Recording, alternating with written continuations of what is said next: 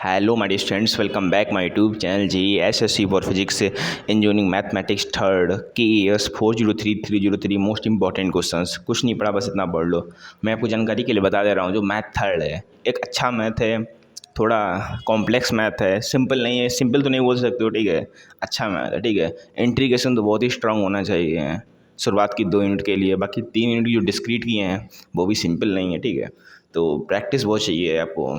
आप सोचो मैंने किसी प्रॉब्लम का एक क्वेश्चन लगा लिया, एग्जाम में आएगा अब लगा दूंगा, नहीं लगा पाओगे। तो प्रैक्टिस तो बहुत चाहिए, तभी आपको उसमें अच्छा परफॉर्म कर पाओगे, ठीक है।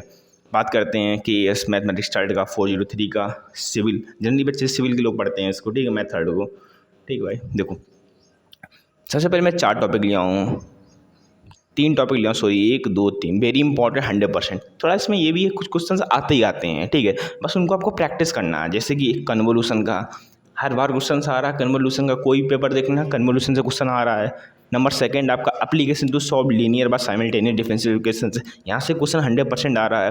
पीरियोडिक और यूनिट स्टेप ये डिपेंड करता है। वैसे जनरली पीरियोडिक का क्वेश्चन बनना है, पीरियोडिक का एक ही क्वेश्चन बनना है भाई। एक टी दे देगा आपको, नीचे 2 पाई माइनस टी दे देगा, 0 से टी लिमिट दे देगा आपका, एक आपका टी से इनफाइनाइट दे देगा, ठीक है। यही क्वेश्चन बनना है। आपके क्वांटम में वो क्वेश्चन दिया गया है, आप प्रीवियस ईयर का पेपर देखोगे ना, उसमें भी वो क्वेश्चन आया है। वैल्यू चेंज कर रहा है, 2 पाई माइनस टी कर देता है, कभी 2 सी माइनस टी कर देता है, कभी डेल बाई 2 लिमिट कर देता है। तो पीरियोडिक फंक्शन का क्वेश्चन बन रहा है, ठीक है। मेरे अकॉर्डिंग जो क्वांटम का एक क्वेश्चन, क्वांटम में सिर्फ एक ही क्वेश्चन है पीरियोडिक का, आप वो लगा लेना ना, काम हो जाएगा आपका। नंबर सेकंड बात करता है यूनिट स्टेप फंक्शन का। देखो यूनिट स्टेप फंक्शन इंपॉर्टेंट है, क्योंकि एक ही पूछ चुका है इसको। ये 2 नंबर में भी पूछा जाता है, 10 नंबर में भी पूछा जाता है, पर मोस्ट इंपॉर्टेंट टॉपिक जो आपको सेक्शन सी में मिलेगा ये 2 टॉपिक 100% क्वेश्चन यहाँ से आएगा, ठीक है। तो आपको पता है कि 3 क्वेश्चंस आएंगे। एक आपको सेक्शन सी में आपके 2 क्वेश्चंस होंगे, इसमें आपको एक क्वेश्चन करना होगा। सेक्शन बी में आपका 10 नंबर का क्वेश्चन होगा। तो सेक्शन बी में जो 2 क्वेश्चंस होंगे, तो आई होप इन दोनों से 2 क्वेश्चंस आ जाएं। तो अब ये पहला ये दूसरा वाला कर लेना, और सेक्शन बी में आपको कन्वोल्यूशन से मिल जाएगा, ठीक है। इसके बाद देखो 2 मार्क्स का क्वेश्चन यहाँ से आ रहा है, बहुत इंपॉर्टेंट भाई। ये प्रॉपर्टी बताने एक ही डी की मोहब्बत है भाई। क्वेश्चन यहाँ से पूछता है F T by T, division by T, division by T property आ रहा है एक में। 2 नंबर में पूछ रहा है भाई, 10 नंबर में भी कभी पूछ दे रहा है। एक क्वेश्चन देखा था 1 minus cos 2t upon T square, 2 number में भी पूछ रहा था उस क्वेश्चन को, शायद लिमिट भी दे रहा था उसमें 0 से इन्फिनिटी, या फिर लिमिट दे रहा था। क्वेश्चन था उसमें, बड़ा क्वेश्चन था, पूछ रहा था एक इसको। तो ये प्रॉपर्टी है कुछ, एक ये प्रॉपर्टी पढ़ लेना, एक मल्टीप्लिकेशन की प्रॉपर्टी पढ़ लेना। टी जब कोई फंक्शन को मल्टीप्लाई कर देते हैं तो -1 की power n equal to D N upon D S की पावर n-1 और डी एन -1 करते हैं, फिर लाप्लास ऑफ टी, ये प्रॉपर्टी होती है, इसको भी आप याद कर लेना। और एक प्रॉब्लम भाई, इससे भी बहुत क्वेश्चन आ रहा है एक में, 2 नंबर में आ रहा है, ठीक है, क्वेश्चन 2 नंबर में आ रहा है। आपको इन्फिनिटी देगा, 0 से इन्फिनिटी लिमिट देगा, डिवीजन बाई टी की प्रॉपर्टी लगेगा। एट लास्ट आपको लाप्लास की जो डेफिनेशन होती है वो लगानी पड़ती है, और डी की पावर में एस टी एस की का वैल्यू पुट करनी पड़ती है, और जो फंक्शन आता है उसको सॉल्व करके आपको प्रूव करके उसकी वैल्यू निकालनी पड़ती है, ठीक है। तो भाई यहाँ से भी क्वेश्चन आ रहे हैं 0 से इन्फिनिटी के। इसके क्वेश्चन कहाँ मिलेंगे? इसके क्वेश्चन भी क्वांटम में मिल जाएंगे। मैंने देखा है क्वांटम, तो उसमें क्वेश्चंस पर्याप्त दिए गए हैं, ठीक है, 0 से इन्फिनिटी वाले। तो यूनिट 1 में इतने इंपॉर्टेंट टॉपिक है और कुछ नहीं पढ़ना है। फॉर लाइक एज मैंने कुछ टॉपिक यूनिट 1 में नहीं आपको बताए हैं, पर अब इतना पढ़ लोगे ना सफिशिएंट है। जो टॉपिक आ रहा है वही पढ़ो ना, टाइम कम है तो क्यों फालतू में पढ़ो। नेक्स्ट यूनिट 2 की बात कर रहा हूँ। तो यूनिट 2 में देखो एक थोड़ा फिक्स टॉपिक है। एक यूनिट 2 आपकी जो स्कोरिंग यूनिट है, कंपेयर्ड एक यूनिट 2 है, एक यूनिट 4 है। एक सेट वाली यूनिट जो है, और एक ये यूनिट 2 है। थोड़ा डिफाइन, मतलब कुछ थोड़ा सिलेबस भी इसमें कम है, और थोड़ा अच्छे टॉपिक है, उनको समझ में आपको आ जाएगा। जैसे कि पहला question, application to solve differential equation, 100% question आता है ये।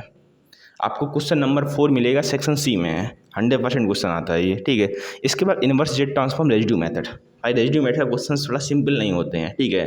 सोच रहे हो कि भाई 2 पावर का आ जाएगा, डिफरेंशियल कर देंगे। कभी कभी नीचे 4 पावर का भी क्वेश्चन दिए हैं ये लोग रेजिड्यू में, तो रेजिड्यू का आपको प्रैक्टिस करनी पड़ेगी। क्वेश्चन रेजिड्यू का आ रहा है, प्रैक्टिस बहुत करनी पड़ेगी। ये आपको मिल सकता है इस बार सेक्शन सी में, जो सेकंड ऑप्शन होगा ना। एक सेक्शन सी में आपको 2 क्वेश्चन दिए होंगे, एक ये क्वेश्चन होगा, एक ये क्वेश्चन होगा। रेजिड्यू का सेक्शन बी में दे देंगे, ठीक है। तो देखो 3 क्वेश्चन आएंगे, 3 के तीनों में लिख दिया हूँ, बस आपको प्रैक्टिस करनी, आपको क्वेश्चन सॉल्व करने हैं। तो फोरियर ट्रांसफॉर्म में फोरियर साइन, फोरियर कॉस, पता है आपको क्वेश्चंस अच्छे खासे क्वेश्चंस होते हैं, लेंदी क्वेश्चंस होते हैं, पर हमने क्या कहा इंटीग्रेशन का खेल है इसमें भी। अरे आपका इंटीग्रेशन अच्छा है ना, फॉर्मूला आपको याद होना चाहिए यार। फोरियर ट्रांसफॉर्म का क्या होता है, फोरियर साइन का क्या होता है, फोरियर कॉस का क्या होता है। अगर इनका फॉर्मूला ही नहीं पता तो सॉल्व कैसे कर पाओगे। आपको इन्वर्स फॉर्मूला इनकी याद होनी चाहिए, ठीक है। तो भाई ये भी मैथ थर्ड में एक बड़ी प्रॉब्लम है कि फॉर्मूले तो बहुत है मैथ थर्ड में, तो इसको भी आपको प्रैक्टिस करनी पड़ेगी, ठीक है। तो प्रैक्टिस जितना अच्छा करोगे उतना अच्छा पेपर जाएगा, ये डिपेंड करते ही करता है। मैथ थर्ड एक बहुत लेंदी यूनिट है, मैथ थर्ड सही बता रहा हूँ। मैथ थर्ड और math fourth, sorry math third और मैथ फाइव में, सॉरी मैथ यूनिट थर्ड में और यूनिट फाइव में बहुत ज़्यादा टॉपिक है। जैसे यूनिट थर्ड की मैं बात कर रहा हूँ और एक यहाँ से पूछ भी रहा है, जैसे कि फॉर एग्जाम्पल टोटोलॉजी से, कॉन्ट्राडिक्शन से, कंटीन्यूएशन से डेफिनीशन 2 नंबर पूछता है और इनका आपको मतलब कि प्रूफ दे देगा, और कोई रिलेशन दे देगा आपको, पी एंड क्यू करके रिलेशन दे देगा, पी और करके दे देगा, बाय कंडीशनल, कंडीशनल का, निगेशन का, ऐसे कंडीशन यूज करके आपको टोटोलॉजी प्रूव करना पड़ेगा, फिर आपको कॉन्ट्राडिक्शन या फिर कंटीन्यूएंसी या फिर तीनों प्रूव करने को बोल देगा। बताइए इन तीनों में क्या है और क्यों इसका डेफिनीशन भी लिखिएगा। ये क्वेश्चन जनरली AQ में आ रहा है, जब मैं प्रीवियस का पेपर देखा जनरली क्वेश्चन आ रहा है वहाँ से, ठीक है। वैलिड आर्गूमेंट है, थोड़ा वैलिड आर्गूमेंट टॉपिक लगता है, सिंपल है क्योंकि समझ जाओगे ना, स्टेटमेंट लिखना पड़ता है, पी नॉट क्यू करके रिलेशन बनाना पड़ता है, पर ये भी एक अच्छा क्वेश्चन बनता है। इसको भी एट लास्ट इसमें भी टोटोलॉजी का क्वेश्चन मिक्स करके दे रहे हैं आपको, वैलिड आर्गूमेंट दे देंगे, एट लास्ट उसमें इसको प्रूव करना होगा टोटोलॉजी है, कंट्राडिक्शन है, कंटीन्यूएंसी है, तो वैलिड आर्गूमेंट से भी क्वेश्चन आ रहा है। नंबर थर्ड एबेलियन ग्रुप, भाई एबेलियन ग्रुप से क्वेश्चन आ रहे हैं। सिर्फ मैंने आपको सिर्फ 2 टॉपिक बताया एबेलियन में, एक फाइनाइट सेट, एक आपको मॉड फॉर्म, ऐसे बहुत हैं भाई। एक इन्वर्स करके भी इसमें क्वेश्चन पूछे जाते हैं। नंबर सेकंड उसमें मल्टी प्रॉपर्टी AB/2 करके भी क्वेश्चन आते हैं, पर मैं आपको सिर्फ 2 बताया हूँ, टाइम कम है, किस्मत अच्छा हुआ 2 से फंस जाएगा। वैसे मेरी उम्मीद है कि फाइनाइट सेट से क्वेश्चन आ जाएगा। जैसे मैं प्रीवियस का पेपर देखता हूँ, वैसे एबेलियन का प्रीवियस ईयर में कोई क्वेश्चन नहीं आया है, तो एबेलियन का इस बार आने का बहुत चांस है। एबेलियन का देखो, इसमें फाइनाइट सेट कैसे होते हैं, G= आपको फाइनाइट सेट दे देगा, जिसमें आपको कंपोजिशन टेबल बनानी पड़ती है। फर्स्ट आपको जो भी प्रोडक्ट देगा यहाँ पर आपको टेबल बनानी पड़ेगी, जो भी प्रोडक्ट मल्टीप्लाई दे रहा है, एडिशन दे रहा है, जो भी दे रहा है उस तरीके से सॉल्व करना पड़ेगा। तो फाइनाइट सेट का ये प्रॉब्लम आप लोग कर लेना, ठीक है। इसके बाद ये मॉड वाले क्वेश्चंस होते हैं, Z6 इसमें क्या डिवीजन करना पड़ेगा। इसके में भी देखो फाइनाइट एलिमेंट है पर आपको मॉड करके दे देता है, Z6 करके आपको दे देगा, ठीक है। इसमें भी आपको क्या करना पड़ेगा, कंपोजिशन टेबल बनानी पड़ेगी। कंपोजिशन टेबल बना के एबेलियन में कितनी प्रॉपर्टी होती है, 6 प्रॉपर्टी होती हैं। सबसे पहले क्लोजर प्रूव करना पड़ेगा, एब्जॉर्प्शन प्रूव करना पड़ेगा, फिर क्या करना पड़ेगा, उसमें क्या करना पड़ेगा, आइडेंटिटी वाला प्रूव करना पड़ता है, फिर इनवर्स वाला प्रूव करना पड़ता है, फिर कम्यूटेटिव प्रूव करना पड़ता है।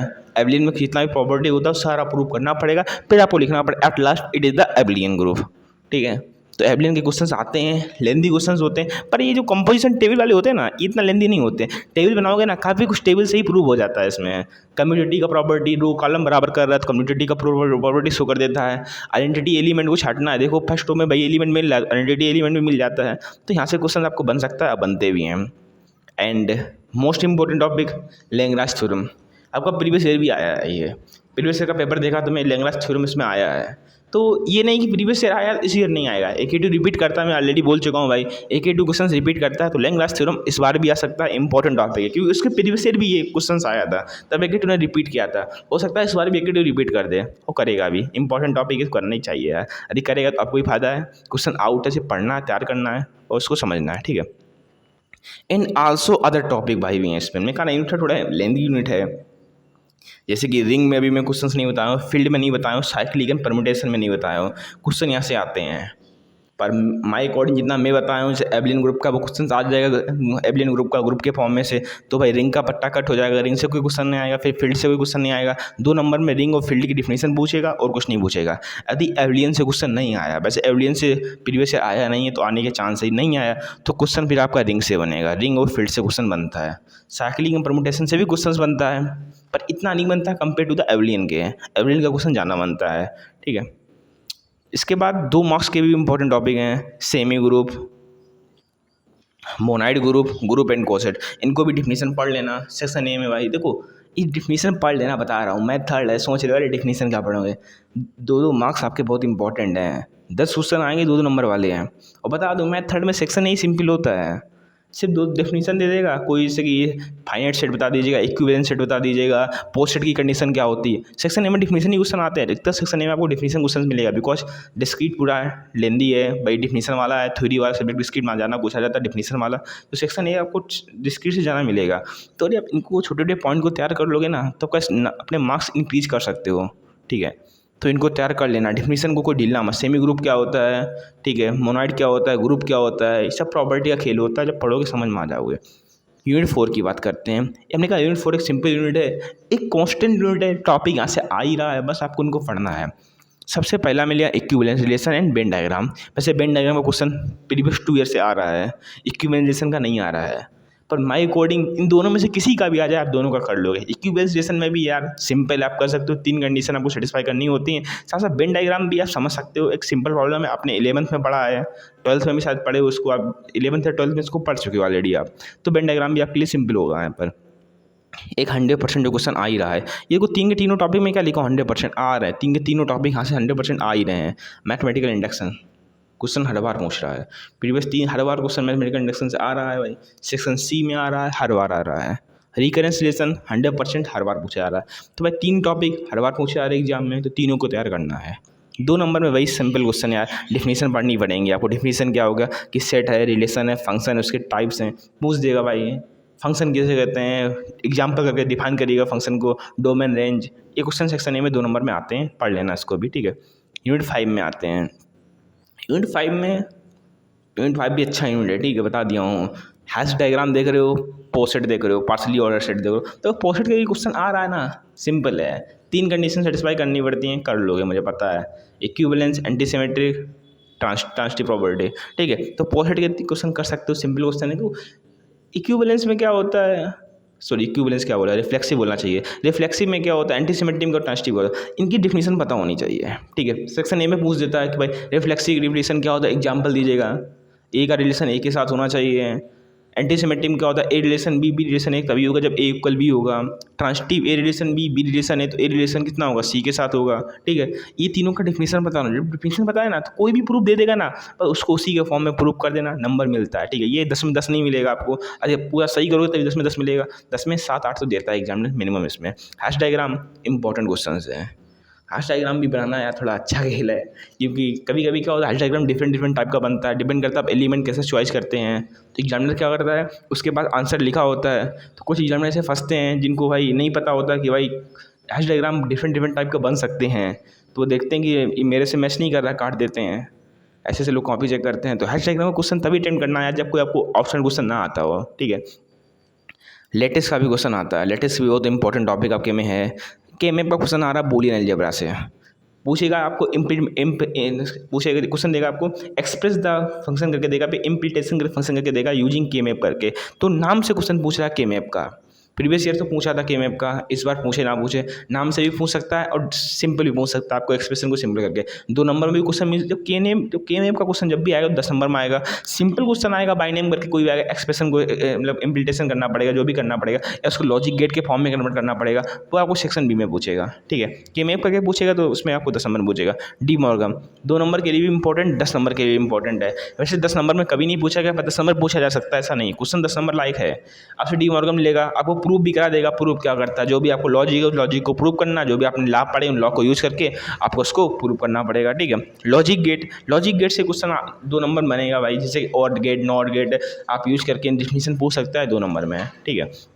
तो डिस्क्रीट का अधिकतर क्वेश्चन सेक्शन आपको ए में देखने को मिलेगा, पर सेक्शन ये मत समझना कि सेक्शन मतलब कुछ यूनिट 1 और 2 से भी नहीं, यूनिट 1 और 2 से भी आएंगे, ठीक है। जितना लाप्लास प्रॉपर्टी ये सेक्शन ए में देखने को मिलेगा। सेम कहानी जेड ट्रांसफॉर्म के साथ है, जितना भी इनवर्स के क्वेश्चंस लगेंगे छोटे फॉर्मूले वाले वो सेक्शन ए में देखने को मिलेंगे, और सेक्शन बी और सेक्शन सी में आपको कवर कर दिया हूँ। तो इतना आप पढ़ लेना जितना मैं बताया हूँ, तो होप आपके मार्क्स तो अच्छे आ जाएंगे। तो टॉपिक तो यही आएंगे, अब क्वेश्चन प्रैक्टिस करता है कि क्वेश्चन कौन सा आता है जो आपको लगता है कि नहीं लगता, ये डिपेंड करता है। टॉपिक में क्या देखो, हर टॉपिक के भाई 3 या 4 क्वेश्चंस लगा लेना, हो सकता है टाइम आपके पास ज़्यादा लगा लेना, प्रैक्टिस बहुत कर लेना, बता दिया हूँ।